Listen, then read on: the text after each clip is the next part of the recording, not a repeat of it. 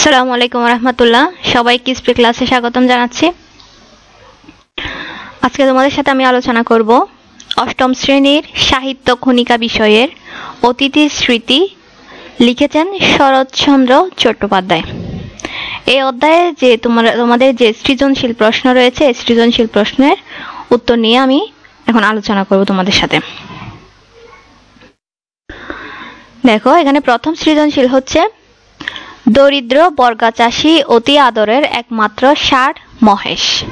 তার একটা ষাঁড় আছে, কিন্তু দরিদ্রের কারণে ওকে ঠিকমতো খড় বিচুলি খেতে দিতে পারে না। জমিদারের কাছে সামান্য খড় ধার চেয়েও পায় না। নিজে না খেয়ে থাকলেও গফুরের দুঃখ নেই, কিন্তু মহেশকে খাবার দিতে না পেরে তার বুক ফেটে যায়।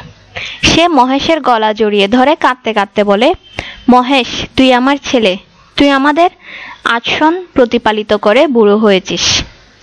তোকে আমি পেট পুরে খেতে দিতে পারিনি, কিন্তু তুই তো জানিস আমি তোকে কত ভালোবাসি। মহেশ প্রত্যুত্তরে গলা বাড়িয়ে আরামে চোখ বুজে থাকে। এই উদ্দীপকের আলোকে 4টি প্রশ্ন দেওয়া হয়েছে। ক নাম্বার, শরৎচন্দ্র চট্টোপাধ্যায়ের দেওঘরে যাওয়ার কারণ কি? খ নাম্বার, অতিথি কিছুতে ভিতরে ঢুকার ভরসা পেল না কেন, ব্যাখ্যা করো। গ নাম্বার হচ্ছে, উদ্দীপকে মহেশের প্রতি গফুরের আচরণে অতিথির স্মৃতি গল্পের যে দিকটি প্রকাশ পেয়েছে তা ব্যাখ্যা করো। আর ঘ নাম্বার হচ্ছে, উদ্দীপকের গফুরের সাথে লেখকের চেতনাগত মিল থাকলেও প্রেক্ষাপট হচ্ছে ভিন্ন। অতিথির স্মৃতি গল্পের আলোকে মন্তব্যটির যথার্থতা বিচার করো।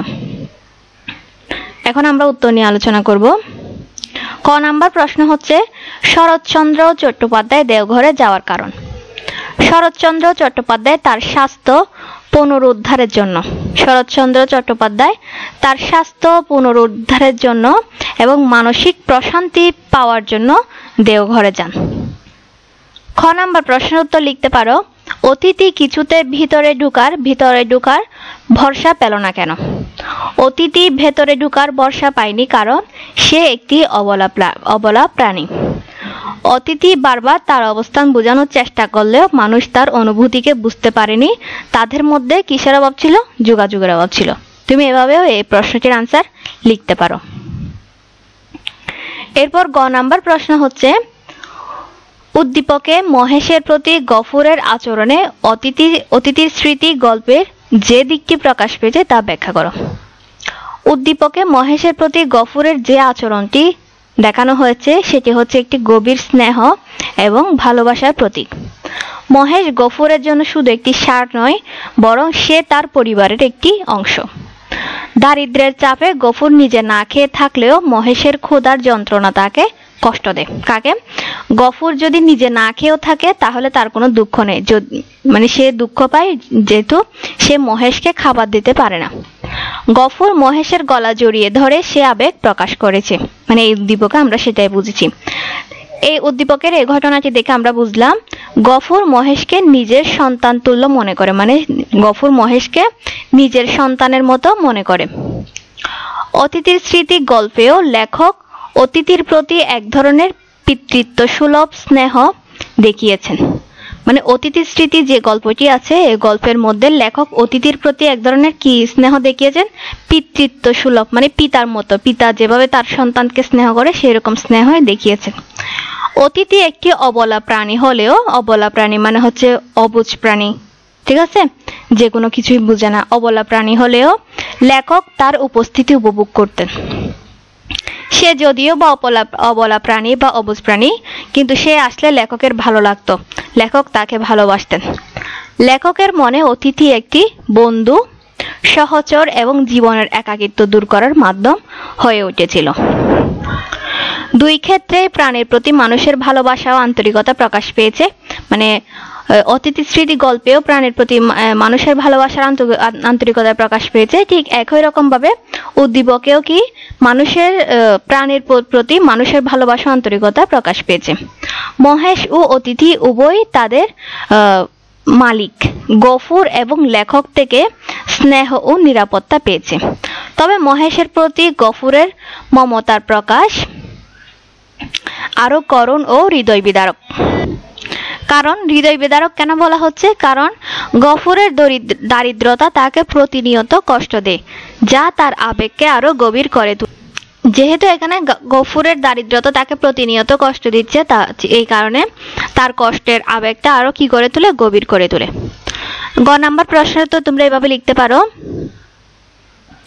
এখন আমরা আলোচনা করব ঘ নাম্বার প্রশ্নের উত্তর নিয়ে।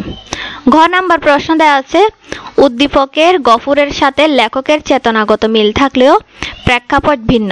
অতিথি স্মৃতি গল্পের আলোকে মন্তব্যটি যথার্থতা বিচার করো। গফুর ও লেখক দুজনেরও চেতনা প্রাণীর প্রতি গভীর মমতা ও সহানুভূতির দৃষ্টিভঙ্গিতে একত্রিত। মানে গফুর যেমন তার প্রাণীর প্রতি এক ধরনের গভীর মমতা সহানুভূতি প্রকাশ করছে, ঠিক একই রকম ভাবে অতিথি স্মৃতি গল্পের লেখকও কি প্রাণীর প্রতি গভীর মমতা সহানুভূতি এই দৃষ্টিভঙ্গিটা প্রকাশ পেয়েছে। গফুর তার ষাঁড় মহেশকে সন্তান হিসেবে দেখেন এবং তাকে ভালোবাসার মাধ্যমে নিজের দুঃখ যন্ত্রণা ভুলে থাকতে চান। অন্যদিকে গল্পে অতিথি স্মৃতি গল্পে লেখক অতিথিকে একটি শুধুমাত্র প্রাণী হিসেবে দেখেন না, তিনি অতিথিকে দেখেন একজন সঙ্গী হিসেবে বা একজন বন্ধু হিসেবে। অতিথির উপস্থিতি লেখকের নিঃসঙ্গ জীবনকে কি করে তোলে? আরো রঙিন করে তোলে, মানে আনন্দদায়ক করে তোলে। তবে দুই চরিত্রের জীবনের প্রেক্ষাপট ভিন্ন। এখানে দুই চরিত্রের জীবন প্রেক্ষাপট নিয়ে আলাদাভাবে আলোচনা করা হয়েছে যাতে তোমরা সহজে বুঝতে পারো। গফুরের জীবন, তার জীবন মানে জীবনযাপনটা কিরকম? গফুর হচ্ছে একজন দরিদ্র বর্গা চাষী। তার জীবন সংগ্রাম দারিদ্র্যের সাথে, যেখানে মহেশ তার সুখ দুঃখের সঙ্গী। গফুর তার অভাবের মধ্যেও মহেশের জন্য ভালোবাসা প্রকাশ করে। তার দারিদ্র্যের কারণে মহেশের প্রতি যত্ন নিতে না পারার যন্ত্রণা তাকে কুরে কুরে খায়। অন্যদিকে লেখকের জীবন কেমন? লেখকের জীবনে দারিদ্র্যের মতো চরম বাস্তব সমস্যা আবদ্ধ নয়। মানে লেখকের জীবনে দারিদ্র্যের মতো কোনো সমস্যা নেই, তবে তার সমস্যার ধরন হচ্ছে মানসিক। তিনি মানসিক অস্থিরতায় ভুগছেন, এই কারণে তিনি একটু মানে অন্য জায়গায় স্থানান্তরিত হলেন, অন্য জায়গায় কিছুদিন সময় কাটিয়ে আসার জন্য দেওঘরে গিয়েছিলেন। অতিথি তার জীবনের একাকিত্ব দূর করতে এবং মানসিক শান্তির উৎস হয়ে ওঠে। ঠিক আছে, এই দুই চরিত্রের প্রেক্ষাপট ভিন্ন হলেও প্রাণের প্রতি তাদের ভালোবাসা এবং মমতা এবং প্রাণী হারানোর বেদনায় তারা কি একই রকম। গফুর এবং লেখক উভয়ে বুঝতে পারেন যে প্রাণীর সঙ্গে সম্পর্ক শুধু একটি দায়িত্ব নয়, বরং এটি একটি গভীর আবেগ ও মানসিক যোগসূত্র। তাই মন্তব্যটি যথার্থ, মানে যে প্রশ্নে যে বলা হয়েছে গফুর এবং লেখকের অনুভূতি চেতনায় একই হলেও তাদের জীবনের বাস্তবতা কিন্তু সম্পূর্ণ ভিন্ন। তাহলে আমরা এতক্ষণ আলোচনা করলাম, আমরা এতক্ষণ তোমাদেরকে বুঝিয়ে দিলাম আমি সৃজনশীল প্রশ্ন 1। এখন আমি তোমাদের সাথে আলোচনা করব সৃজনশীল প্রশ্ন 2 নিয়ে। তাহলে সৃজনশীল প্রশ্ন 2 আমরা দেখি, এটা একটু পরে দেখি আমরা। 2 নম্বরে দেওয়া আছে, লালমনিরহাটে জুবাইর প্রায় 10 বছর ধরে তার পোষা হাতি কালা পাহাড়কে নিয়ে লাকড়ি টানা, চাষ করা, সার্কাস দেখানো ইত্যাদি কাজ করে আসছিল। কিন্তু বর্তমানে দারিদ্র্যের কারণে হাতির খোরাক জোগাড় করতে না পেরে একদিন সে কালা পাহাড়কে বিক্রি করে দিল। ক্রেতা কালা পাহাড়কে নিতে এসে ওর পায়ে বাঁধা রশি ধরে হাজার টানাটানি করে এক চুলো নাড়াতে পারল না। কালা পাহাড়ে দু চোখ বেয়ে শুধু টপ টপ করে জল গড়িয়ে পড়ছে। পরদিন খদ্দের আরো বেশি লোকজন সাথে করে এসে কালা পাহাড়কে নিয়ে যাবে বলে চলে যায়। কিন্তু ভোরবেলা জুবাইর দেখে কালা পাহাড় মরে পড়ে আছে, মানে সে মারা গেছেন। হাউমাউ করে সে চিৎকার করে আর বলে, ওরে আমার কালা পাহাড়, অভিমান করে তুই চলে গেলি। এখন এই উদ্দীপকের আলোকে 4টি প্রশ্ন। শরৎচন্দ্র চট্টোপাধ্যায় কলকাতা বিশ্ববিদ্যালয় থেকে কোন পদক লাভ করেন? খ নাম্বার হচ্ছে, লেখক দেওঘর থেকে বিদায় নিতে নানা অজুহাতে 2 দিন দেরি করলেন কেন? ব্যাখ্যা করো। গ নাম্বার হচ্ছে, কালা পাহাড়ের আচরণ অতিথি স্মৃতি গল্পের অতিথির আচরণ কিভাবে ভিন্ন? মানে কালা পাহাড়ের আচরণ আর অতিথির স্মৃতি গল্পে অতিথির আচরণ কি রকম ভিন্ন, এটা বর্ণনা করতে বলা হয়েছে। আর ঘ নাম্বার প্রশ্ন হচ্ছে, উদ্দীপকে জুবাইর এর অনুভূতি আর অতিথি স্মৃতি গল্পের লেখকের অনুভূতি একই ধারায় উচ্চারিত কিনা, এটার মন্তব্যটি যথার্থতা বিচার করতে বলা হয়েছে। এখন আমরা উত্তরটি দেখব। দেখো, প্রথম প্রশ্নের উত্তর হচ্ছে, শরৎচন্দ্র চট্টোপাধ্যায় কলকাতা বিশ্ববিদ্যালয় থেকে কোন পদক লাভ করেন? তিনি কলকাতা বিশ্ববিদ্যালয় থেকে জগৎ তারিণী স্বর্ণ পদক লাভ করেন। তিনি কলকাতা বিশ্ববিদ্যালয় থেকে জগত্তারিণী স্বর্ণপদক লাভ করেছিলেন। খ নাম্বার প্রশ্ন, লেখক দেওঘর থেকে বিদায় নিতে নানা অজুহাতে 2 দিন দেরি করলেন কেন? লেখক দেওঘরের প্রাকৃতিক পরিবেশ এবং অতিথির সঙ্গে গড়ে ওঠা স্নেহপূর্ণ সম্পর্কের কারণে বিদায় নিতে মনস্থির করতে পারছিলেন না। এই কারণে তিনি নানা অজুহাতে বিদায় নিতে দেরি করলেন। এভাবে তোমরা উত্তরটা লিখতে পারো। এবং গ নাম্বার প্রশ্নের উত্তর দেখো, কালাপাহাড়ের আচরণ অতিথি স্মৃতি গল্পের অতিথির আচরণ কিভাবে ভিন্ন বর্ণনা করো। কালাপাহাড়ের আচরণ এবং অতিথির আচরণ একই অনুভূতি থেকে উৎসারিত হলেও তাদের প্রকাশ হয়েছে ভিন্ন। কালাপাহাড় তার মালিক জুবায়েরের প্রতি অভিমান করে নিজেকে মৃত্যুর দিকে ঠেলে দেয়, আর জুবায়ের তার পোষা হাতিকে দারিদ্র্যের কারণে বিক্রি করতে চেয়েছিলেন।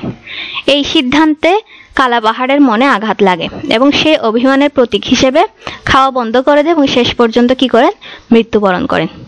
এটি বোঝায় যে কালাপাহাড় তার মালিকের ভালোবাসা ও বন্ধন ছিন্ন করার চেয়ে মরতে পছন্দ করেছিলেন। এটা তো গেল তোমার উদ্দীপকের আলোকে যে গল্পটি দেওয়া হয়েছিল সেই গল্পের আলোচনা। এখন হচ্ছে তোমার অতিথি স্মৃতি গল্পের। অন্যদিকে অতিথি স্মৃতি গল্পের অতিথি তার প্রতি অবহেলা সত্ত্বেও ধীরে ধীরে লেখকের জীবন থেকে দূরে সরে যায়। সে ধীরে ধীরে কি করে? লেখকের জীবন থেকে সরে যায়। অতিথি মানসিকভাবে কষ্ট পেলেও নিজেকে সরিয়ে নিয়ে লেখকের জীবনের এক অংশ হয়ে থাকে। তার মৃত্যু বা চরম প্রতিক্রিয়া দেখানোর কোনো ইঙ্গিত গল্পে দেখা যায়নি, আমরা পাইনি গল্পে। 2 ক্ষেত্রে প্রাণীগুলো মানুষের প্রতি অগাধ ভালোবাসা এবং বন্ধনের প্রকাশ ঘটায়। মানে আমরা উদ্দীপকেও দেখলাম প্রাণীগুলা মানুষের প্রতি অগাধ ভালোবাসা বন্ধন দেখিয়েছে কালাপাহাড়, ঠিক একই রকম ভাবে অতিথি স্মৃতি গল্পে অতিথিও তার লেখকের প্রতি অগাধ ভালোবাসা এবং বন্ধনের প্রকাশ ঘটিয়েছে। তবে কালাপাহাড় তার দুঃখ এবং অভিমান চরমভাবে প্রকাশ করে নিজের জীবন ত্যাগের মাধ্যমে। মানে কালাপাহাড় তার অভিমান দুঃখ এগুলো প্রকাশ করেছে তার নিজের জীবনটাকে ত্যাগ করার মাধ্যমে। আর অন্যদিকে অতিথি স্নেহ সহানুভূতির অভাব ধীরে ধীরে মেনে নিয়ে নীরবে সেখান থেকে কি হয়? সরে যায়। তাহলে গ নাম্বার প্রশ্নের উত্তর হচ্ছে এটা, এভাবে তোমরা লিখতে পারো। এরপর ঘ নাম্বার প্রশ্নের উত্তর আমরা দেখব এখন। ঘ নাম্বার প্রশ্নটি হচ্ছে, উদ্দীপকে জুবায়ের এর অনুভূতি আর অতিথি স্মৃতি গল্পের লেখকের অনুভূতি একই দ্বারাই উৎসারিত, মন্তব্যটি যথার্থতা বিচার করো। জুবায়ের এবং অতিথি স্মৃতি গল্পের লেখক উভয়েরই প্রাণীর প্রতি গভীর ভালোবাসা ও মমতা রয়েছে। তাদের সম্পর্ক শুধু মালিক এবং প্রাণীর নয়, বরং এটি একটি আত্মিক যোগসূত্র। জুবায়ের কালাপাহাড়কে শুধু একটি হাতি নয়, বরং পরিবারের একজন সদস্য মনে করত। যখন দারিদ্র্যের কারণে তাকে বিক্রি করতে হয় তখন তার মনে অপরাধবোধ এবং গভীর দুঃখ জাগে। কালাপাহাড়ের মৃত্যু তাকে আরো কষ্ট দেয় এবং সে তার প্রাণীর ভালোবাসার হারানোর কারণে মানসিক যন্ত্রণায় ভুগতে থাকে। অন্যদিকে লেখক অতিথির প্রতি স্নেহ এবং ভালোবাসার এক অনন্য সম্পর্ক গড়ে তোলেন। অতিথি তার নিঃসঙ্গ জীবনের সঙ্গী, মানে অতিথি হচ্ছে লেখকের নিঃসঙ্গ জীবনের সঙ্গী। যখন অতিথি তার জীবনের অংশ হয়ে ওঠে এবং তারপর ধীরে ধীরে দূরে সরে যায়, তখন লেখক কি অনুভব করলেন? শূন্যতা অনুভব করলেন বা নিঃসঙ্গতা অনুভব করলেন এবং মানসিকভাবে আঘাত পান। 2 ক্ষেত্রে প্রাণীর অনুপস্থিতিতে তাদের হৃদয়ে সুখের সৃষ্টি করে। জুবায়ের ও লেখক প্রাণীদের সঙ্গে গড়ে ওঠা সংযোগের মাধ্যমে বুঝতে পারেন যে প্রাণীরা শুধু কাজের মাধ্যম নয়, বরং তারা জীবনের এক অপরিহার্য অংশ। তাই এই মন্তব্যটি কি সঠিক বা যথার্থ, কারণ তাদের অনুভূতির মূল একই, প্রাণীকে হারানোর বেদনা এবং তাদের প্রতি ভালোবাসার গভীরতা। এই যে হচ্ছে তোমাদের 2য় নাম্বার সৃজনশীল এর উত্তর। আজকের ক্লাসটা অবশ্যই ভালো লেগেছে।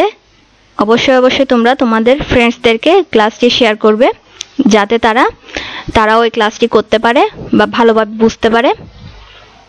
নতুন আরো ক্লাস পাওয়ার জন্য অবশ্যই চ্যানেলটি সাবস্ক্রাইব করে রাখবে।